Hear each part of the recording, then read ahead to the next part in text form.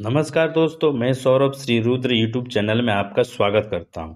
दोस्तों, आज की सुर्खियां दिल्ली से बात करेंगे। जी हां, क्या दिल्ली सरकार सभी महिलाओं को 1,000 रुपया प्रति माह देगी? एक और सुर्खी है दोस्तों, ईडी के 8वें समन पर मुख्यमंत्री अरविंद केजरीवाल का क्या जवाब आया है? और सुप्रीम कोर्ट ने आम आदमी पार्टी के हेडक्वार्टर ऑफिस को 15 जून के अंदर हटाने का आदेश क्यों दिया? तीनों सुर्खियों को आपको सबसे आसान और सबसे सरल तरीका से बताऊंगा दोस्तों। अगर आपको वीडियो अच्छा लगे तो लाइक कमेंट सब्सक्राइब जरूर करें। चलिए दोस्तों, आप पहली सुर्खियां बताते हैं बजट सत्र से। कि दिल्ली सरकार का 4 मार्च को बजट सत्र लेकर पहला बजट सत्र लेकर फाइनेंस मिनिस्टर अतिथि जी आई। इनका पहला बजट सत्र इसलिए कहूँगा दोस्तों, इसके पहले फाइनेंस मिनिस्टर मनीष सिसोदिया थे। मनीष सिसोदिया आपको पता है, ये करप्ट के मामले में अभी जेल में है। तो खैर वो बातें छोड़िए। पहला इसलिए मैं बोला, इन्होंने महिलाओं के लिए एक योजना लेके आई जो है महिला सम्मान निधि योजना।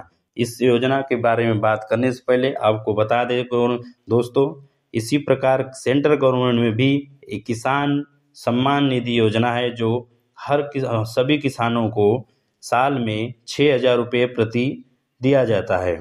साल में 6,000 रुपये दिया जाता है। उसी प्रकार का योजना, उसी टाइप का योजना लेकर अतिथि जी ने बताया कि महिला सम्मान निधि योजना है जो हर महिलाओं को 1,000 रुपया दिया जाएगा। लेकिन इसमें ठीक है दोस्तों, ये दिया तो जाएगा, लेकिन वो कौन कौन से महिला और किसको दिया जाएगा, ये शर्त है। इनका शर्त है दोस्तों, ये आपको मैं बताता हूँ। पहला शर्त इनका ये है दोस्तों कि जो महिलाएं पेंशन पा रही हैं या कोई सरकारी मदद ले रही है उनको नहीं दिया जाएगा। दूसरा, सरकारी नौकरी में है जो, उनको नहीं दिया जाएगा। तीसरा इनकी शर्त है दोस्तों, जो टैक्स पेबल हो, जो टैक्स भरती हो वुमेन, उनको भी नहीं दिया जाएगा। चौथा कंडीशन क्या है, उन्हीं दिल्ली में रहने वाले उन्हीं वोटरों को दिया जाएगा जिसके पास वोटर कार्ड होगा, मतलब वोट देने वाला कार्ड होगा, तो उन्हीं को ही इनका लाभ मिलेगा। ठीक है दोस्तों, ये इनकी योजना है, बहुत अच्छी योजना है जो सभी को मिलना भी चाहिए। और एक चीज शर्त और है, 18 वर्ष को ऊपर से लेकर सभी महिलाओं को दिया जाएगा। अब बात करते हैं दोस्तों, इतना बजट दिल्ली का है या क्या है, कितना वहाँ पर औरत, कितनी वुमेन है, कितनी औरत, कितने आदमी है, इनकी थोड़ा सा मैं आपको गूगल करके बताता हूँ। इसमें क्या है दोस्तों, लगभग वोटरों की संख्या बता रहा हूँ, 1.5 करोड़ के आसपास है, जिसमें 60 से 67 लाख वुमेन वोटर हैं। लगभग मान लीजिए उसमें कुछ को नहीं मिलेगा और कुछ को मिलेगा। लगभग 50 लाख आदमी औरतों को भी अगर मिलेगा तो अगर 1,000 रुपया के हिसाब से 50 लाख का निकालेंगे तो लगभग 6,000 करोड़ रुपया का बजट होगा इस सालिना। और दिल्ली सरकार इसमें दिया है कितना, 2714 करोड़ दिया है। खैर कोई नहीं, वो अपना बजट फिर लाएंगे, फिर डालेंगे, जैसे भी देंगे वो जाने।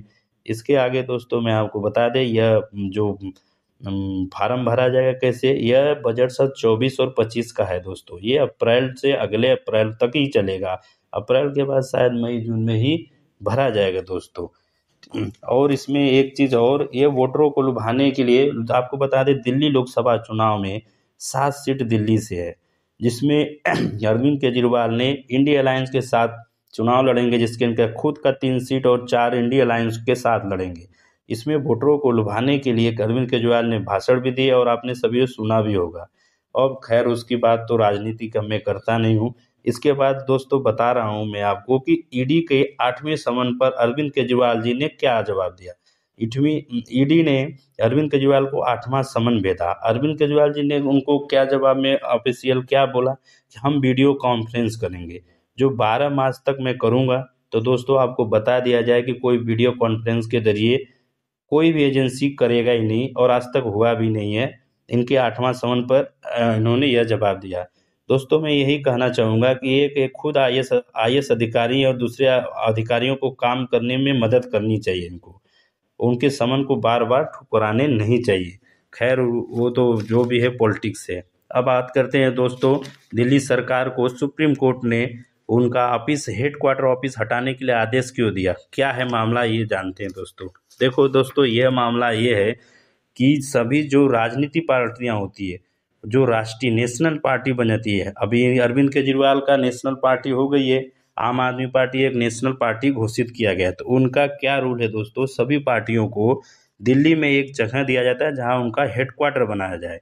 तो उसी प्रकार से इनको भी जगह दिया गया था इनका, जहां पर हेडक्वार्टर, आपको थोड़ा सा दिल्ली के मैं नक्शे के बारे में बता दूं कि एक दिल्ली में राजीव चौक है, आप जानते होंगे, उसी के भी पास ही कनॉट प्लेस है, उसके बगल से ही रास्ता निकलता है जो आज के पंडित दीनदयाल उपाध्याय मार्ग के नाम से जाना जाता है। उसी लाइन में ही बीजेपी का हेडक्वार्टर है, जो भारतीय जनता पार्टी का है, उसके जस्ट ही और आगे पर इनका हेडक्वार्टर है अरविंद केजरीवाल जी के पार्टी का। अब दोस्तों विवाद कैसे शुरू हुआ ये सुनिए। विवाद ये तब शुरू हुआ 2017 में जब इनकी सरकार जमीन 2000 केंद्र सरकार जो इन लोगों को जमीन अलाउट करती है वो है दोस्तों लैंड एंड डेवलपमेंट ऑफिस। ये केंद्र सरकार के अंतर्गत आती है। केंद्र सरकार 2015 में इनको इस जमीन को दे दिया और इन्होंने 2017 में इस जमीन को खुद को अपने सरकार के ऑफिस बनाने के लिए खुद के लिए ही ले लिया। तो इसमें सुप्रीम कोर्ट का जजमेंट जो आया, यह जमीन था जो हाई कोर्ट के लिए बनाने के लिए दिया गया था वहाँ पर। तो इन्होंने क्या किया, अपनी ही सरकार को अपने ही खुद के लिए जमीन अलाउट कर दिया। इसी विवाद को लेकर यह सुप्रीम कोर्ट में चले गए थे। तो बीजेपी वालों ने सुप्रीम कोर्ट में चले गए। तो दोस्तों जाने के बाद वहाँ पर जजमेंट आया सुप्रीम कोर्ट का कि देखिए आपको तो खाली करना पड़ेगा, ठीक है, चुनाव है अभी 2 महीने, अब चुनाव देख लीजिए, 15 जून के पहले आपको खाली करना पड़ेगा। सुप्रीम कोर्ट का एक आदेश और बताऊं दोस्तों, सुप्रीम कोर्ट का कहना ये है कि ये जो सभी नेशनल पार्टी को जमीन जो देती हैं लैंड ऑफिस बनाने के लिए, वो केंद्र सरकार का काम है। केंद्र सरकार ने आपको जमीन दिया। इनको एक चीज़ और जानकारी है दोस्तों, केंद्र सरकार ने इनको बदरपुर फरीदाबाद के पास एक ज़मीन दिया हुआ है, लेकिन इन्होंने वहाँ जाने से मना कर देते हैं कि नहीं मैं नहीं जाऊँगा वहाँ, इसलिए कि ये जो मेन सेंटर दिल्ली में नई दिल्ली स्टेशन के बगल में वहाँ काम करने में सुविधा होती है, इसलिए यह आगे नहीं जाना चाहते। तो वही है दोस्तों कि सुप्रीम कोर्ट का तो सीधा बता दिया गया कि 15 जून तक ही आपको खाली करना पड़ेगा। आप केंद्र सेंट्रल गवर्नमेंट से ज़मीन के लिए अलाउट कराइए और अपना ही ऑफिस यहाँ से लेके जाइए। यह जानकारी कैसे लगी दोस्तों? अगर अच्छी लगी हो तो लाइक कमेंट सब्सक्राइब करिए और मनोबल बढ़ाइए। जय हिंद।